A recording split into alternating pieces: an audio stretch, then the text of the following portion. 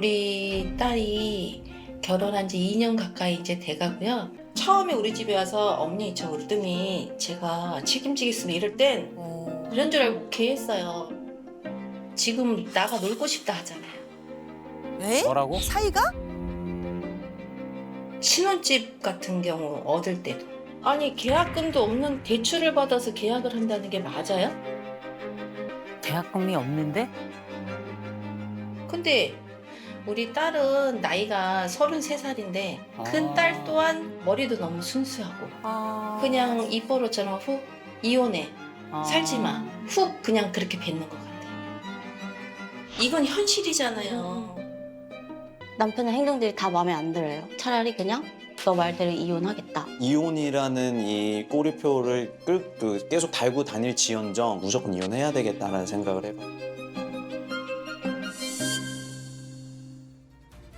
저는 경기도 광주 살고 있는 29살 엄성진이라고 합니다. 저는 34살 이의선. 아니 근데 아까 영상에서 보니까 8억짜리 집을 구매하는데 뭔가 또 문제가 있다고 얘기를 하신 것 그러니까 무슨 같은데. 대출 받아서 8억을 냈다 이게 무슨 말이에요? 그 내용 좀 자세하게 얘기해 주세요. 제가 모아둔 돈이 없어요. 없이 결혼을 했고. 아이의? 네. 네. 그래서 이제부터 좀 모으자라고 했는데 항상 하던 말이 내 집은 갖고 싶어. 이거였었거든요. 그래서 원래 이제 지금 계약한 아파트가 청약이 나왔을 때 미분양 뜰 거니까 그냥 기다려라 라고 했는데 미분양이 떴어요. 그래서 그러면은 우리 그냥 구경이나 한번 하러 가자라고 해서 구경을 하러 갔다가 계약까지 하고 온 거 같아요. 잠깐 8억짜리면은 계약금도 굉장히 어느 정도 내야 될 텐데 계약금 어떻게 했어요? 계약서 쓰고 이제 바로 1,000만 원 정도 계약금 냈어야 되는데 그 1,000만 원도 없었어요. 그래서 그때 이제 빌려서 이렇게 누가 빌렸어요? 아주버니 남편이 아주버님한테? 아 그러니까 형한테 빌린 네. 거예요? 아, 그래요? 사인은 누가 있어요? 공동명의. 자세히 나눴네. 그렇지 공동명의로 하긴 해야지. 그래서 한 달 안에 6,500을 또 내야 되거든요. 그렇죠. 10%를 내야 되니까. 근데 없잖아요. 네.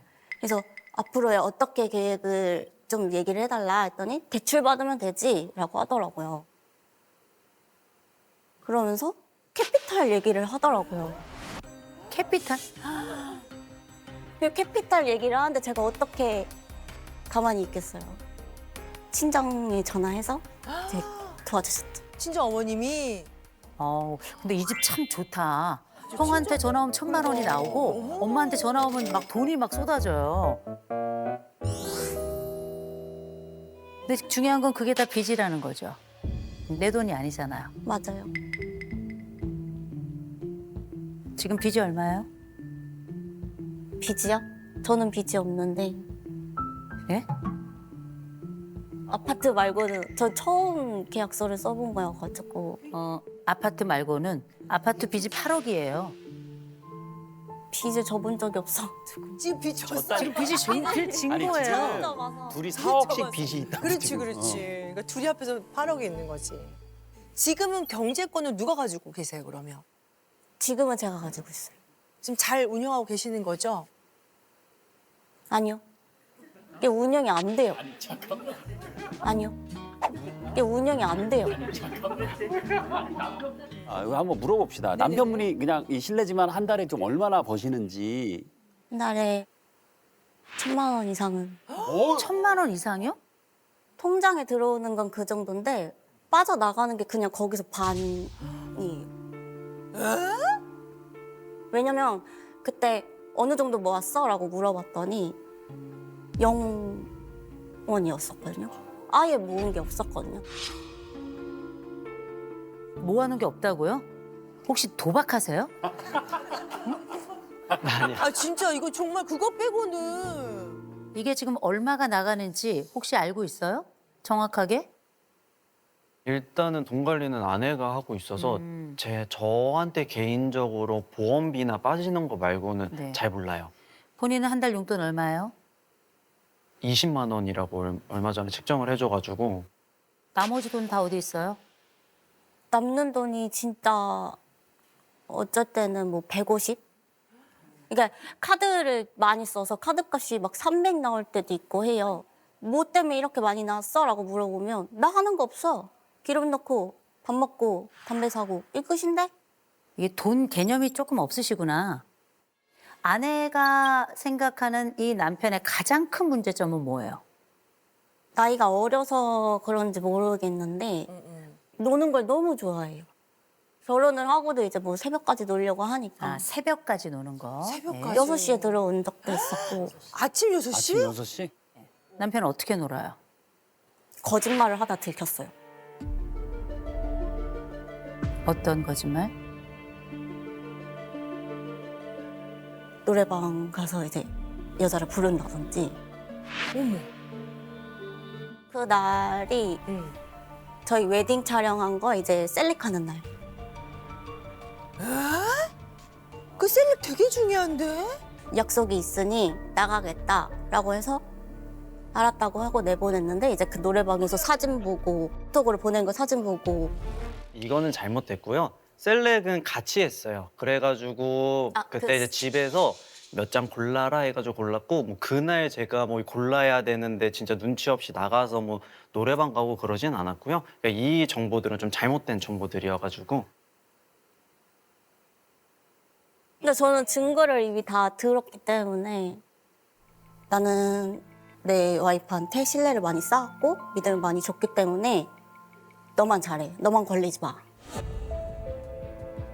라고 이제 상대방이랑 통화하는 내용까지 다 들었고 통화 녹음 내용 중에 뭐 헌팅 술집이 너무 가고 싶어요 뭐 이런 내용도 있었고 근데 이게 결혼 전이었어요. 결혼 전인데 왜 결혼했어요? 원래 이제 그걸 알게 되고 이혼보단 파혼이 낫다라고 해서 파혼을 하자고 했는데 각서를 이제 썼죠. 각서를. 각서를 썼어요. 각서를? 앞으로 의선이에게 어떠한 거짓말을 하지 않고 실망감을 갖지 않게 할 겁니다. 회식 술자리 불참하겠습니다. 어길 씨, 현 시세에 맞는 20억짜리 집을 사주겠습니다. 20억짜리 집을 사주겠습니다.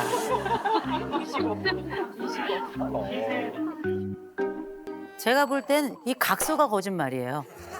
이 각서가. 왜냐하면 어떠한 거짓말을 하지 않고 이거 불가능하고요. 그럼요. 실망감을 갖지 않을 거다. 이미 실망했고요. 회식 술자리 불참은 어려울 거고요. 그리고 20억 이건 말이 안 돼요. 말도 안 되지. 응? 아내 얘기 쭉 들으면서 어땠어요? 조금 다르게 말을 하고 있다. 일단 사실 뭐 노래방 관련된 부분은 제가 간 것도 맞고 근데 이제 그게 뭐 회식이라고 하지만 간 거는 정말 잘못한 거니까 요거는 맞는데 나머지 뭐 아파트 계약부터 시작해서 경제권이 어떻고 요거에 관련돼서 사실 되게 말을 하고 싶었는데 그래도 좀 그러니까 아내가 조금 보여주기를 조금 그런 게 있는 것 같아요. 좀 사람들한테 과시하다. 예, 보여주는 게 있는 것 같아요. 그 나랑 나이대 비슷한 사람이 여기 계약하고 왔대라고 얘기를 하더니 아마 바로 다음 날인가 거기 상담받으러 가자고 예약해놨으니까 이때 나오라고 하는 거예요. 이제 캐피탈 얘기도 친정이나 다 저는 손벌리기가 너무 싫은 거예요. 책임 그냥 우리가 지자. 우리가 더 힘들어도 조금 더 돈을 어디서 빌려봐서 좀 더 최대한 해보자라고 얘기를 해서 그렇게까지 얘기가 나온 겁니다. 캐피탈까지 얘기 나온 예. 거예요. 그럼 그때 계약하기 사인하기 전에 이건 아닌 것 같아라고 딱 잘라 얘기하시지 그러셨어. 그러니까. 항상 의견들이 그냥 제가 딱 잘라 얘기를 하고 뭔가 얘기를 하면은 이게 싸움이 시작되고 끝은 이제 항상 아내가 이혼하자라고 얘기를 해버리니까 이혼하자라고 얘기를 해버리니까 제가 돈을 1년 동안 모았을 때 돈이 없었다라고 말을 한 거는 예를 들어 이제 백화점을 갔는데 아내가 춥대요. 뭐 겉옷을 안 입고 춥다고 가디건을 좀 하나 사달래요. 근데 우리가 뭐 흔히 말하는 뭐 10,000원, 20,000원짜리가 아니라 조금 이제 브랜드 있는 거를 이제 얘기를 하길래 그러면은 내가 아직 돈이 없으니 조금 더 돈을 모아서 차라리 더 좋은 걸 해주겠다라고 했는데 아니래요. 지금 백화점이 너무 추워서 지금 입어야 되겠다고 하고 이렇게 얘기를 해도 안 되니까 그래 내 아내 좋은 거 해주자. 그냥 이런 식으로 자꾸 하다 보니까 돈이 안 모여서 안 모였다. 예, 너가 지금 씀씀이가 안 좋으니까 이러지 않냐. 네, 제가 이제 두 분 얘기를 쭉 들으면서 어떤 생각이 들었냐면 아내 안 좋은 습관이 하나 있긴 있더라고요. 이혼에 이혼해. 아니 남편 입장에서도 이혼하고 싶은 마음이 들 수 있었을 것 같은데 이혼이라는 얘기는 남편은 또 안 하는 것 같아요. 네. 왜 안 해요? 저는 책임감이라고 좀 생각을 하는 게 어우 그러셨구나. 검사는 다른 말을 해요. 우리 성진 씨는 인내력이 6점이에요. 남편의 인내력이 지금 6점이고요. 위험 회피가 0점이에요. 위험 회피가 0점이라고 하는 건 불안이 1%도 없다는 거예요. 이 남자는 브레이크 없는 스포츠카 같은 사람이에요. 왕! 이렇게 달려가요. 이거를 붙잡을 수 있는 사람이 없어요, 사실은. 지금 자국추구 점수가 74점, 꽤 높은 편이거든요. 자국추구 점수가 높은데 지금 불안이 0점이죠. 그러면 책임감에 대해서 얘기하기 어려울 거예요. 아내 점수도 만만치 않다는 거예요.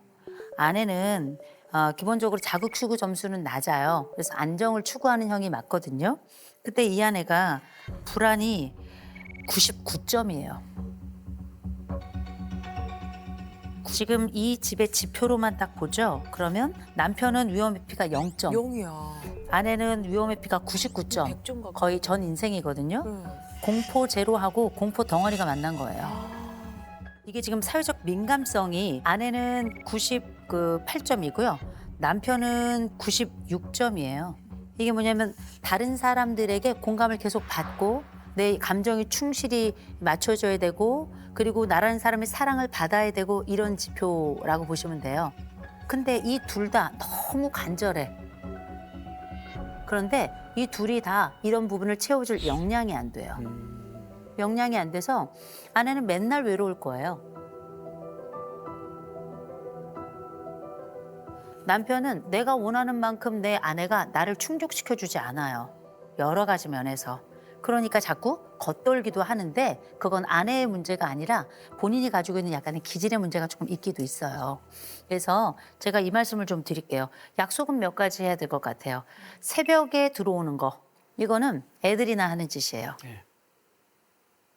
두 번째, 언니들 나오는 그 노래방은 안 갔으면 좋겠고, 네. 그죠?